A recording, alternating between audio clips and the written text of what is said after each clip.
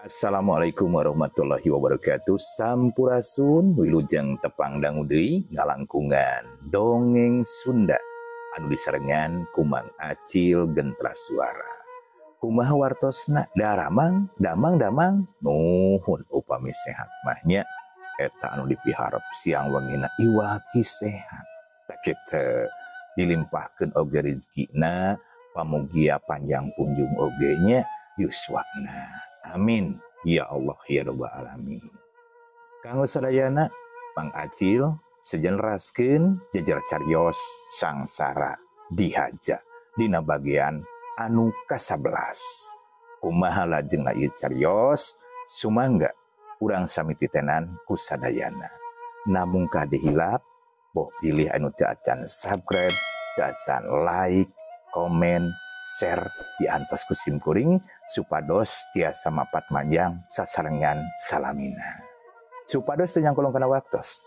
Sumangga sangsara dihaja dina bagian anu ka-11 Sorah Kaparayun.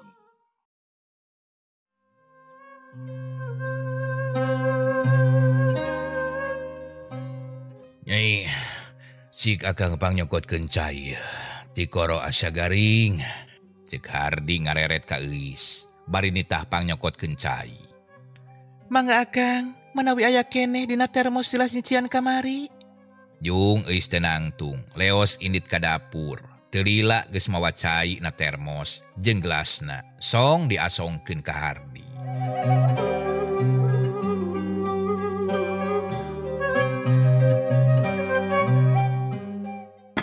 Mangga kang, bade ngaleueut mah. Hardi gancang nampanan, terus cai teu dicicikeun kana gelas. Regot nginum siga anu hanaang pisan. 2 gelas mah erep ti karasa. Pok Hardi teu nyarita.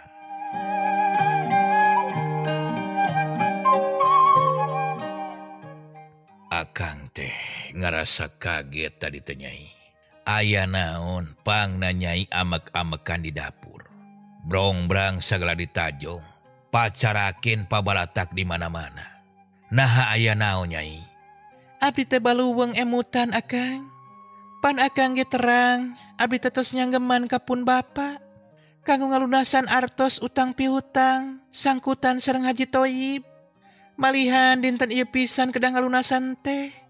Anu ageungna kirang langkung 25 jutaan. Tapi dugikeun ka ayeuna teh teu acan picukupeun. Artos anu diantosan ti kirurah geuningan teu acan aya wae. Bingung abdi teh akang. Kudu kumaha nyalaku ieu? Kudu ka mana nya ikhtiar? Ku akang ge geus kasawang. Kumaha bingungna Abah dina waktu ayeuna. Ceuk Hardi bari rumahu. Nya kang, cek Abah mah Haji Thoyib teh jalmana barangasan. Maklum manehna mah rentenir tah. Anu taya ras-rasan. Bisa hirup beunghar sotenan ladang meres kasasama. Kitu cek Eis, sakedapan mah jempe taya nu nyarita. Lila-lila pok Eis teh nuluykeun caritaanana. Kang, enjing mah abdi teh bade maksakeun mangkat ka lemur teh. Mangkat bade nepangan Abah jeung ambu. Bari nyanak artos anu ieu ye, anu ti kirurah teh. Ngan abdi teh bade ka pasar. Bade ngical kongkorong jeung geulang ye milari kanggo tamihna. Kumaha teh Kang pamikitu? Nya ari Eis teu kabeuratan mah. Akang mah moal rek nyaram. Ngan kumaha engke akang keur ngagantianana. Ceuk Hardi malik nanya ka Eis anu jadi pamajikanana. Kanggo ngagentosana mah tiasa engke ngajual domba tah. Supados akang teh teripuh teuing ngaritna. Komo kapan ayeuna mah usum halodo. Kitu ceuk Eis bari melong ka Hardi. Teu nanaon atuh kitu oge. Da nya ayeuna mah ngalajuku teh. Rada hese. Satanggungan ogenan nepikeun ka kudu ngaprak jauh. Nya kitu wae atuh ayeuna mah. Ngadenge ucap-ucapan salakina kitu, Eis rada kaubaran hatena. Tetela Hardi teh teu weleh lea hatena. Tara mungpang kana kahayangna teu weleh nurut bae. Geus kitu mah Eis teh ngoloyong ka dapur. Anu maksudna rek popolah nyangu jeung sajabana. Da geus karasa ku manehna yen beuteungna teh geus lapar, pating guruwuk menta eusi.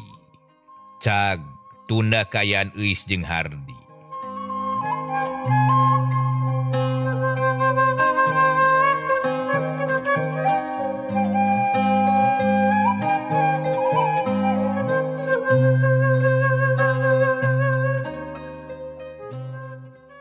Ayeuna urang caturkeun di lemur Cimendong, lemurna Haji Thoyib, jalma beunghar buncir leuit loba duit, loba dunya barana, bruk di juru bruk di panto ngalayah di tengah imah, lain ngan saukur babasan. Ngan hanyakalna boga sifat pedit, buntut kasiran, hirup asal senang sorangan, pinter dewek bodo deungeun, sabodo teuing keur batur mah.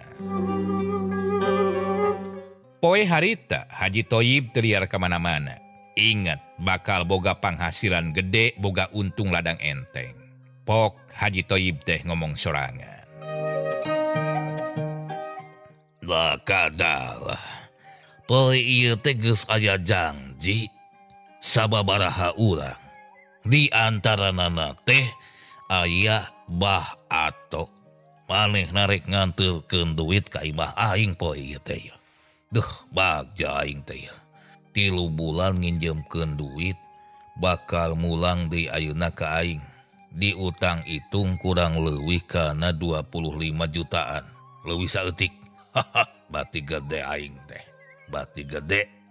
Gerentes hati Haji Thoyib. Bari sura-seri sorangan kawas jalma kurang sasendok alias kurang hidang. Boga penghasilan teu kudu hese capek, daratang sorangan. Cek kana cangklong ka memeutna, gap kana bako mole, terus kana cangklongkeun, sut disunut, sakedet netra, cangklong geus ayana biwir, nyot dikenyot, manik kemong-kemong bae, serbung haseupna teh ngelun, mumbul kaluhur, kituna teh bari peurembeunta, siga anu nikmat naker.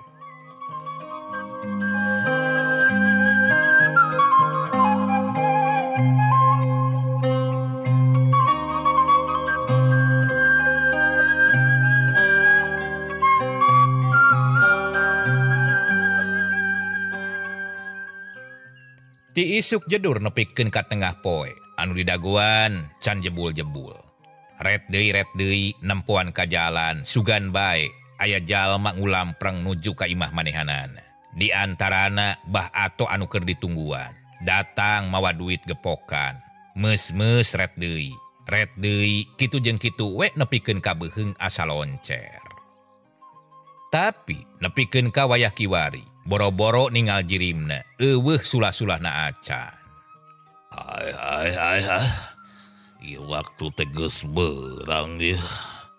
Nah, nepikeun ka tengah poe kieu can aya saurang-urang acan.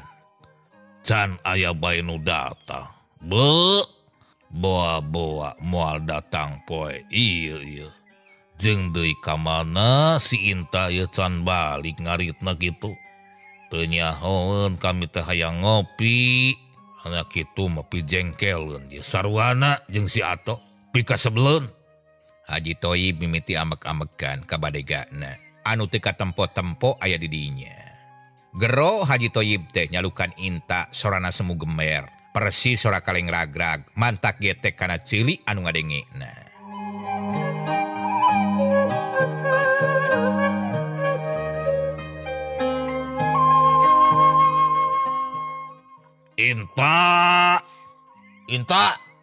Inta. Tapi weleh tika denge-denge anu nemalan, kalahka anu kadengena teh sora toke, ngecom kadengena kek cenah.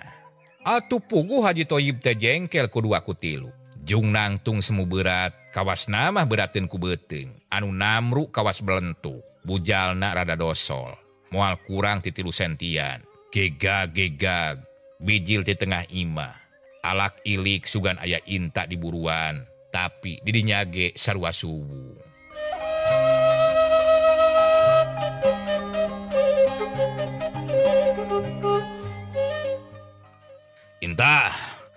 Inta, ay, nah kamal si wawalak teh ya, ngajadog di mana ya? Pira ku arican balik ngarit mau yak kieu geus beurang ya. Nah, hagening jelema teh kamana atunya? Inta. Cek Haji Toyib terus gurak gero.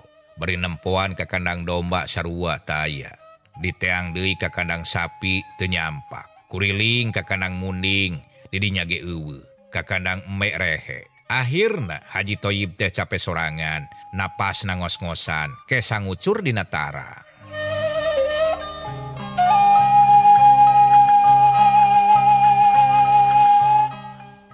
Aduh, Allah deh, masalah si Inta teh. Pasti molor kayak kieu mah ya. Molor. Aduh, nah boga balik gati atuh. Teu ngarti-ngarti teuing. Ari geus teu boga pagawean mah. Sampeurkeun atuh dunungan ka hayang teh. Da kami teh sok loba pangabutuh. Lain kalah kaplong les nyauting ka endi. Haji Toyib teu boleh gegelendang, barijeng mulang deui ka imahna. Barang ret ka palebah dapur, kareret, horeng Inta teh nyegrek bae kerek nang karak bengkang, dina risban barijeng sungut salawak. Leungeun dipake ganjel sirah. Sare tibra jiga nama bakat ningku capek. Walah. Si wawelek teh. Horeng di dieu we ngajedogna teh nya. Kurang ajar. Ret Haji Toyib teh ka dapur. Timbul niat, hayang ngagawean ka badigana, sugan bae jadi kapok, teu sakali-kali deui milampah pagawean anu cek anggapanana pangedula. Rasakeun sia Inta, kami dibere hadiah sia keur maneh ieu mah khusus keur maneh. Gegag, init ka dapur, terus alak ilik kana tempat samara. Kabarengan aya uyah sagandu terus dicokot. Disemplekeun kira-kira segede jempol kolot. Gegag deui nyampeurkeun ka Inta anu keur kerek sare tibra. Dasar Haji Toyib, ulah be nempo batur senang teh. Uyah anu segede jempol kolot teh, teu anta parah deui, diwawalkeun kana sungut Inta. Ninggangkeun anu keur sare, sakumaha tibrana oge, ari letah manggih rasa anu teu wajar mah, pasti we bakal nyaring. Komo da ieu mah, uyahna rasana asin mani pangset.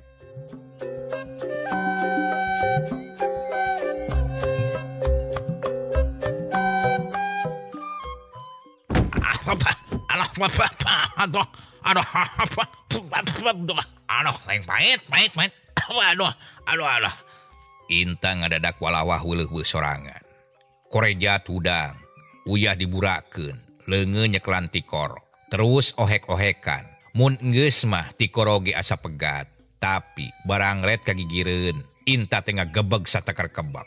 Sabab dununganana geus ngabedegan ulak cangkeng, panon molotot siga anu amek pisan. Juragan. Naon sia Inta? Ngomong naon sia? Aing disangka juragan ku sia. Kurang ajar sia teu sopan. Ngucung sia teh ka aing ha. Aduh, hapunten juragan, abdi semohon geuning di dieu teh aya juragan kitu masab teh. Bade aya pikeun saeunaon eta juragan? Ngomong kituna teh Inta bari kulumas kelemes. Daru masa geus kaceplosan nyebut jurigan, kanyahoan, kasarean kudunungan. Ti tadi ogenan kami teh neneangan gura gero. Nyaho kami teh eueuh batur. Eueuh anu bisa diajak ngobrol. Ieu mah kelah ka enak-enak be. Bari hees. Kumaha ari parab keur ingon-ingon Inta? Geus bebeunangan acan? Atos juragan. Atos kantun marabkeun, tapi ieu abdi kunaon jaganya? Ieu teh mah dipangset kieu ya abdi teh. Reuwas kitu tah juragan. Lamun ayeuna parab ingon-ingon geus meunang syukur kali marabkeun. Tah anu marabna engke maneh geus diparaban uyah ku dewek.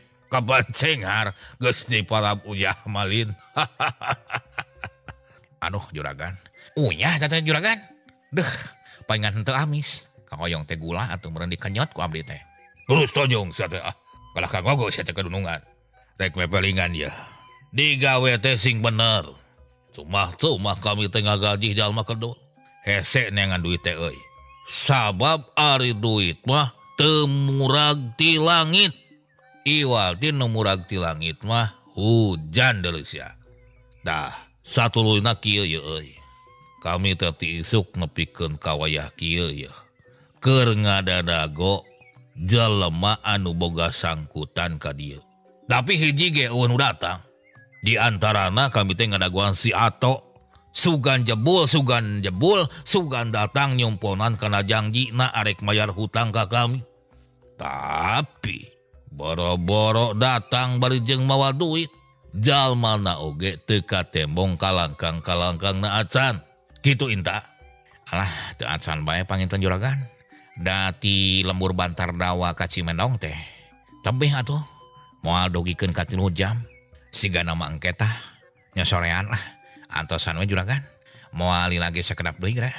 Nya heueuh, ari moal lila masa kedeung deui. Tapi nu ditanyakeun teh si Ato lain moal lila sakedeung deui sia teh Inta. Mohon atuh juragan gitu. Antosan bae. Kitu mudah-mudahan nyoson tenan tah.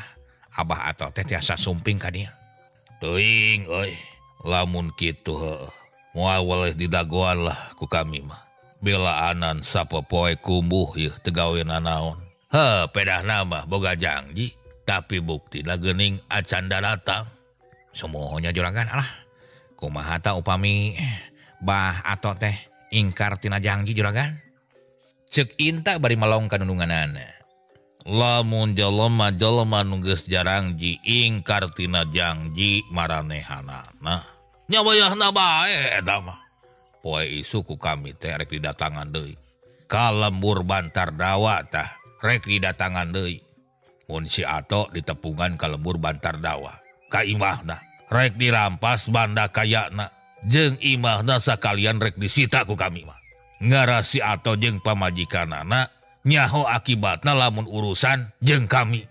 Anteur deui ta ka Bantar Dawa. Nepungan ka si Ato. Kitu ceuk Haji Thoyib bangun anu jengkel pisan. Di dieu digamarkeun Haji Thoyib jalma telenges pinter ngakaya batur. Sabenerna mah Haji Thoyib lamun diguar laratanana. Sababaraha taun ka tukang Haji Thoyib kungsi indi ti lembur Cimendong. Lila mang minggu-minggu duka ting ka mana. Balarea taya nu apaleun ka asup pamajikanana sorangan Ibu Hasana. Taya beja taya carita. Balarea ibur majarkeun Haji Thoyib teh palit. Aya di beja dihakan sato galak. Jeung rupa-rupa sangkaan jalma. Kabeh gentur neangan. Nu ka kidul lapur, anu ka kaler weleh, ka kulon towong, kawetan teu aya. Nya lila-lila mah balarea teh jempling.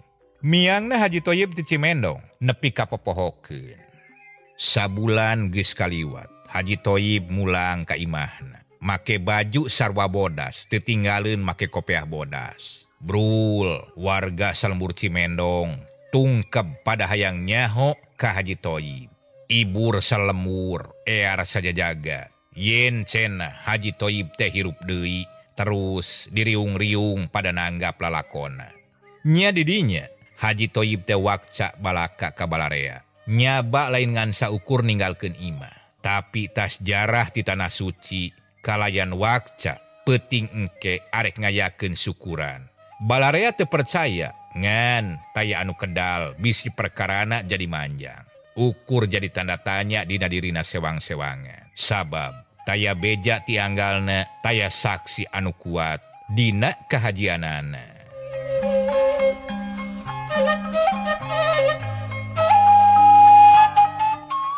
Ngancek pamikir balarea, lamun Haji Thoyib ukur akon-akon ngagunakeun titel haji, nyimpang tina titelna. Komo sangkan dihormat ku batur mah, sangkan dipikaserab ku jalma rea. Komo pake deleka ka batur anu disebut ngan saukur make kedok tan wande awal akhir ajab anu bakal datang, bakal dipenta tanggung jawabna.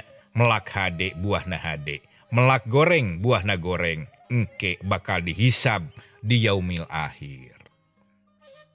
Singkatna dina ieu carita, Haji Thoyib ukur haji jijieunnan sorangan. Ngakuna haji tur padahal bohong. Kunaon pangna kitu? Boro-boro ngaluarkeun duit keur biaya naik haji, ngaluarkeun duit saperak ge keur ibadah hese beleke. Kitu kaayaan Haji Thoyib.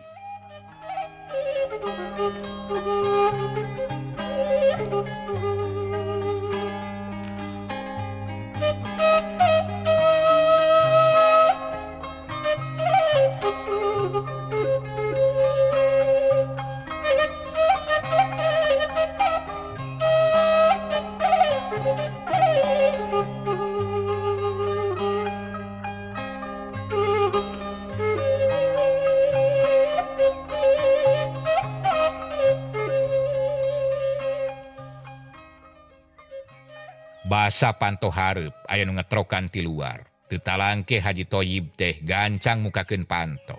Hate bungah anu taya papadana. Geus kabayangkeun, pasti anu datang teh jelema anu mayar hutang. Di antarana nu didaguan Mbah Ato. Paroman biar marah mai. Reket, brai panto teh muka. Horeng si mana horeng, lain Mbah Ato anu didaguan. Ieu mah tapi Pak RT. Seuri bari jeung manggut ka Haji Thoyib.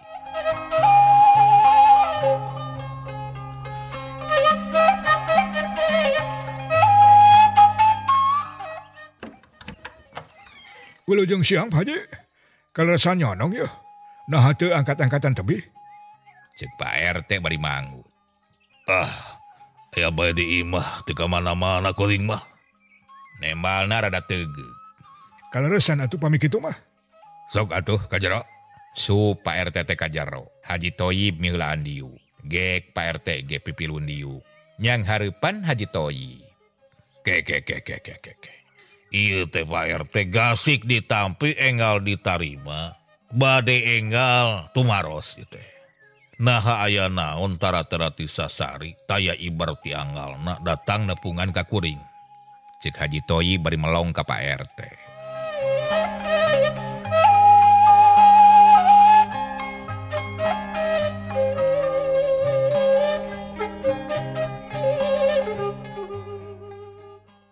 Oh, kieu juragan sumuhun.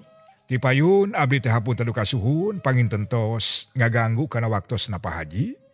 Manawi luntur galih leah mana gaduh milik sadayana. Abdi teh manggul piutus ti batur salemur, timbalan ti balarea, maksad nama bade nyuhunkeun bantosan ti juragan. Kanggo ngarehab posrona, ari kanggo tanagimah, to siap.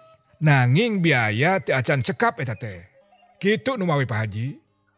Oh, jadi singkat nama meureunnan RTK dieu teh arek menta duitnya. Nya, ieu mah mangrupikeun bantosan gitu. Teu kudu make ngobrol malapah gedang sagala lah. Jeung kuring mah. Mun menta duit we pok. Bantosan sagala rupa. Butuh duit saanu we kitu ngobrol. Anger-anger sing bulat belit ka ditu ka dieu ge. DDP-an itu ieu ge ujung-ujung nama anger we menta duit. Kana duit ka dituna teh. Kitu cek Haji Thoyib jiga nu jengkel kadatangan ku Pak RT teh. Tapi Pak RT mah ukur seri koneng anjeunna geus apal kana pasipatan pribumi anu sok hayang menang sorangan. Pok Haji Thoyib teh nyarita deui.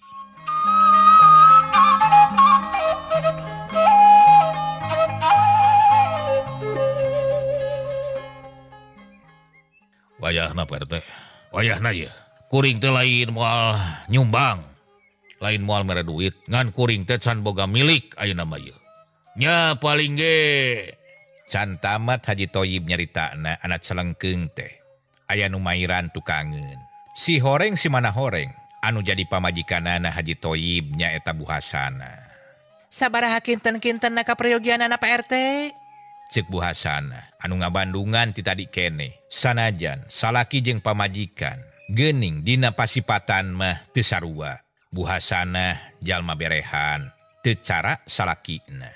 Pok Bu Hasanah teh naros deui. Sok nyarios atuh Pak RT. Teu kenging sungkan-sungkan sabaraha kanggo kaprayogianana. Keur kitu solongkrong inta teh mairan cai herang 2 gelas. Sok-sok dina meja. Teu tinggalin jeung opieunana. Sigana tadi dipiwarang ku Bu Hasana. Mangga Pak RT dileueut. Sok caina teh. Punten dilalawurakeun sakieu buktosna. Nuhun katampi pisan Ibu.